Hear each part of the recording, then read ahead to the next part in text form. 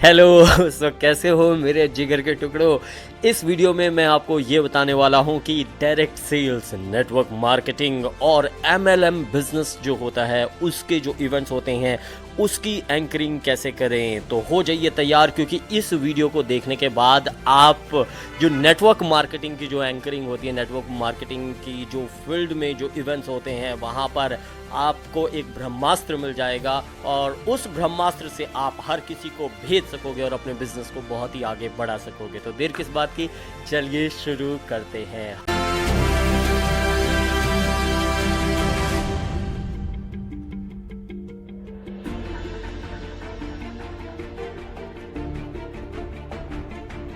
हाय, मेरा नाम है गिरीश शर्मा और मेरे YouTube चैनल में मैं आप सबका एक बार फिर से तहे दिल से स्वागत और अभिनंदन करता हूं। पहले तो मैं आपको ये बता दूं, मेरे मम्मी ने मेरे सारे बाल काट दिए हैं और अब मैं बिल्कुल यहाँ पर घर पे गंजा हो गया हूँ और यहाँ आजकल अपने होम टाउन में हूँ, लॉकडाउन में, और बरसात बहुत हो रही है। दोस्तों, बढ़ते हैं अपने टॉपिक की और टॉपिक ये है कि किस तरीके से अपनी जो डायरेक्ट सेल्स या नेटवर्क मार्केटिंग और MLM बिजनेस की जो इवेंट्स होते हैं उसकी एंकरिंग में आप अपनी ताबड़तोड़ परफॉर्मेंस कैसे दे सकते हैं। देखिए, इसका रूल है 4E का। 4E, जब भी आप नेटवर्क मार्केटिंग के इवेंट में एंकरिंग करते हैं तो उसमें आपको इन 4E का ख्याल रखना बहुत ही ज़्यादा ज़रूरी है। पहला है E4, एक एक करके मैं आपको बढ़ाता जाऊंगा। पहला है E4 एनर्जी, यानी कि आपकी जो भी एनर्जी अमूमन आपकी बातचीत में रहती है, लेकिन जब आप नेटवर्क मार्केटिंग के इवेंट को करते हैं तो आपकी एनर्जी में आग लगनी चाहिए। आग क्या, बारूद लगना चाहिए। बारूद क्या, मतलब एटम बम लगना चाहिए। एटम बम क्या, देख लो जरा मेरे वीडियो में नेटवर्क मार्केटिंग के एंकरिंग में मैंने क्या क्या लगाया है। We all are gonna create the rain. हम बारिश क्रिएट करने वाले हैं और आप भी जब इसमें शामिल होंगे तो एक अलग ही तरह की एनर्जी क्रिएट होगी। आपको सिर्फ मेरे हैंड मूवमेंट्स को फॉलो करना है और सेम चीज को करनी है। तैयार है? ऑलराइट, बिल्कुल पिन ड्रॉप साइलेंस रहेगा, कोई आवाज नहीं, सिर्फ आपको मेरे हैंड मूवमेंट्स को ही कॉपी करना है। And trust me, we will create the rain.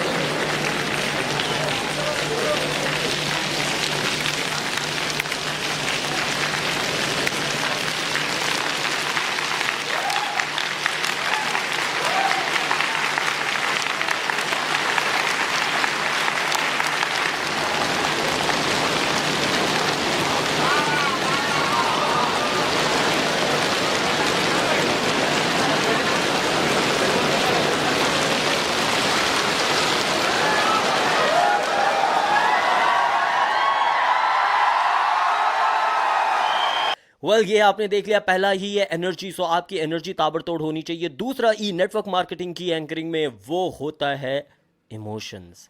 अगर आपने लोगों के इमोशंस को नहीं पकड़ा और अगर आपने अपने इमोशन से उनके इमोशंस को नहीं जोड़ा तो तब बात थोड़ी अधूरी रह जाती है। क्योंकि वहाँ पर देखिए, कोई भी एक बात आपको याद रखिएगा, बहुत पहले की एक बात कही जाती है कि अगर कोई इंसान प्रैक्टिकल सोचता है तो वो एक हद तक ही पहुंच सकता है, लेकिन आसमान छूने के लिए हर इंसान को प्रैक्टिकल सोच छोड़ करके एक पागलपन लाना ज़रूरी है। और किसी भी इंसान के अंदर पागलपन तभी आता है जब वो इमोशंस के साथ काम करने लगता है, जब दिन रात वो पागलपन हो जाता है। जैसे फॉर एग्जांपल, अगर आपको किसी को थप्पड़ मारना है तो आप मार दोगे, लेकिन आपको किसी को ऐसे को थप्पड़ मारना है जिसने आपका घर जला दिया हो, आपके माँ बाप को मार दिया हो, आप कितनी ज़ोर से उसे मारोगे? आप थप्पड़ नहीं, उसको जान से मार दोगे।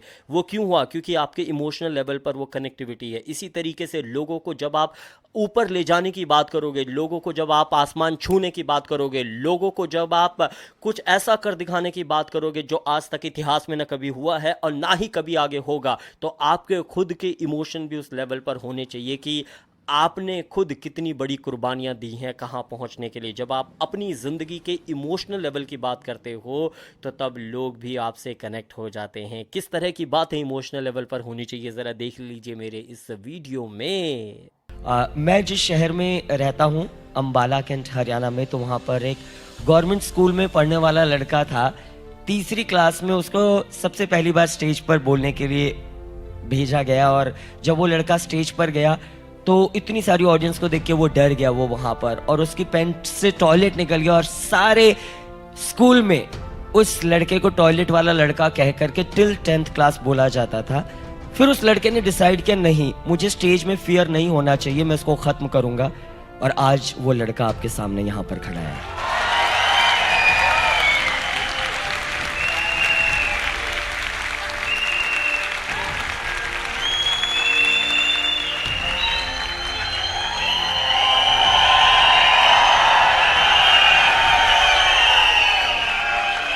सो मेक श्योर, और यकीन मानिए मेरी जो खुद की पढ़ाई हो रही है, मैं बहुत ही ऐसे गवर्नमेंट स्कूल में, टाट वाले स्कूल में पढ़ा हुआ हूँ, but if whether I think I have done more than 30 right now also. Yesterday I was in Macau, I am coming from there. मुझे आज से 3 साल पहले इंग्लिश का एक वर्ड भी प्रॉपर बोलने नहीं आता था, and today I can talk to anybody everybody all over the world.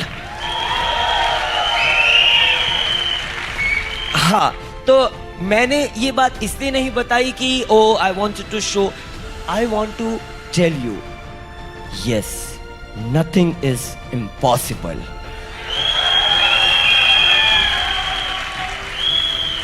अगर आपके सपनों में जान है तो ये दुनिया आपके कदमों के नीचे है। वेल, सेकंड ई इमोशंस आपने देख लिया, अब बढ़ते हैं थर्ड ई की तरफ। फर्स्ट ई आपने देखा एनर्जी, सेकंड ई आपने देखा इमोशंस, और थर्ड ई जो मैं आपको बताने वाला हूं उसका नाम इमोशंस, एनर्जी, थर्ड ई है एथिक्स। यानी कि कुछ भी झूठ ना बोलें, जो भी बोलें आप बिल्कुल सच बोलें, और जितनी भी बातें आप दिल से बोलें, प्रैक्टिकल बोलें, एथिक्स के साथ बोलें। कोई भी झूठा 1% भी झूठी कोटिंग ना करें किसी भी चीज़ पे, क्योंकि ऑडियंस बहुत ही समझदार होती है, और अगर आप कुछ भी झूठ बोलोगे तो ऑडियंस को 10 सेकंड में समझ आ जाता है भाई साहब ये इंसान झूठ बोल रहा है, तो इसके साथ मुझे कनेक्ट नहीं होना। जो आपके एथिक्स हैं, जो आपकी वैल्यूज़ है, जो आपकी काम के प्रति ऑनेस्टी है, जो आपकी अपने प्रति ऑनेस्टी है, वो सच्चाई भी आपको उसमें दिखनी चाहिए। एथिक्स की आपको बात करनी है। एथिक्स क्या है? एथिक्स यानी कि आपकी ऑनेस्टी, आपकी सच्चाई। और जब आप एथिक्स और ऑनेस्टी के साथ अपनी सच्चाई शेयर करते हो तो तब ऑडियंस का रिस्पॉन्स क्या होता है वो ज़रा आप इस वीडियो में आगे देख ही लीजिए। दीपक में मुझे लगता है एक मुशायरे की यूनिट भी यहाँ पर होनी चाहिए। जो लोगों का टेस्ट है, कहते हैं कि किसने दी दस्तक दिल पर, कौन है ये, किसने दी दस्तक दिल पर, कौन है? आप तो अंदर हैं, ये बाहर कौन है? एथिक्स को आपने देखा, एनर्जी को आपने देखा, इमोशंस को आपने देखा, लेकिन जब भी आप ऑडियंस के साथ बात करें डायरेक्ट सेल्स में, क्योंकि वहाँ पर क्या होता है, बहुत सारे फैक्ट्स एंड फिगर्स आपको बताने होती हैं, बहुत सारी डिटेलिंग आपको देनी होती है, बहुत सारी टेक्निकल बातें भी आपको करनी पड़ जाती हैं, तो ऐसे वक्त में बहुत ज़्यादा ज़रूरी है कि E4 एंटरटेनमेंट भी होना चाहिए। आपकी बातों में थोड़ा हंसी आना चाहिए, थोड़ी मजाक आनी चाहिए, थोड़े गोलगप्पे आने चाहिए, थोड़ी गप्पे आनी चाहिए, थोड़े जोक्स आने चाहिए, थोड़ी शायरियाँ आनी चाहिए। क्योंकि जब आप अपनी जो स्पीच है, जो अपनी एंकरिंग है, उसमें जब आप E4 एंटरटेनमेंट लेकर के आते हो तो तब लोगों को आप थोड़ा और गुदगुदाते हो, और जब आप लोगों को गुदगुदाते हैं तो तब वो एक बार फिर से आपके लिए रिफ्रेश हो जाते हैं और फिर से वो आपको सुनना चाहते हैं। तो जो चौथा ई है वो है एंटरटेनमेंट। किस तरह से एंटरटेनमेंट होना चाहिए ज़रा देख लीजिए ज़रा डायरेक्ट सेल्स की मेरी इस एंकरिंग के वीडियो में। जो अमृत पीते हैं उन्हें देव कहते हैं, जो अमृत पीते हैं उन्हें देव कहते हैं, जो विष पीते हैं उन्हें महादेव कहते हैं, और जो विष पी के भी अमृत जैसा चेहरा बनाए उन्हें पतिदेव कहते हैं। Alright, so दोस्तों सो दोस्तों, आपने देखा कि डायरेक्ट सेल्स और नेटवर्क मार्केटिंग की एंकरिंग अपने आप में ही एक जादू है, अपने आप में ही एक तिलिस्म खजाना है। लेकिन सबसे बड़ा प्लस पॉइंट आपको नेटवर्क मार्केटिंग की एंकरिंग में ये मिलता है कि वहाँ पर जब आप एंकरिंग करते हो तो आपको ऑडियंस का रिस्पॉन्स ताबड़तोड़ मिलता है। ऑडियंस क्योंकि वहाँ पर जो जनरली पहुँची भी होती है वो भी अपनी ज़िंदगी में कुछ कर गुजरना चाहती है और आप भी अपनी ज़िंदगी में कुछ कर गुजरना चाहते हैं। तो बस इन 4 ई का ख्याल रखिएगा और इन 4 ई के साथ लगाइएगा चौके और छक्के। आज के वीडियो में इतना ही। अगर अच्छा लगा हो तो वीडियो को लाइक कर दीजिएगा, कमेंट्स कर दीजिएगा और सब्सक्राइब भी करना हो तो कर ही दीजिएगा। चलिए नेक्स्ट वीडियो में मिलते हैं कुछ और नॉलेज के साथ। तब तक मुझे यानी गिरीश शर्मा को दीजिए इजाज़त। नमस्कार, बाय। चलिए बाय।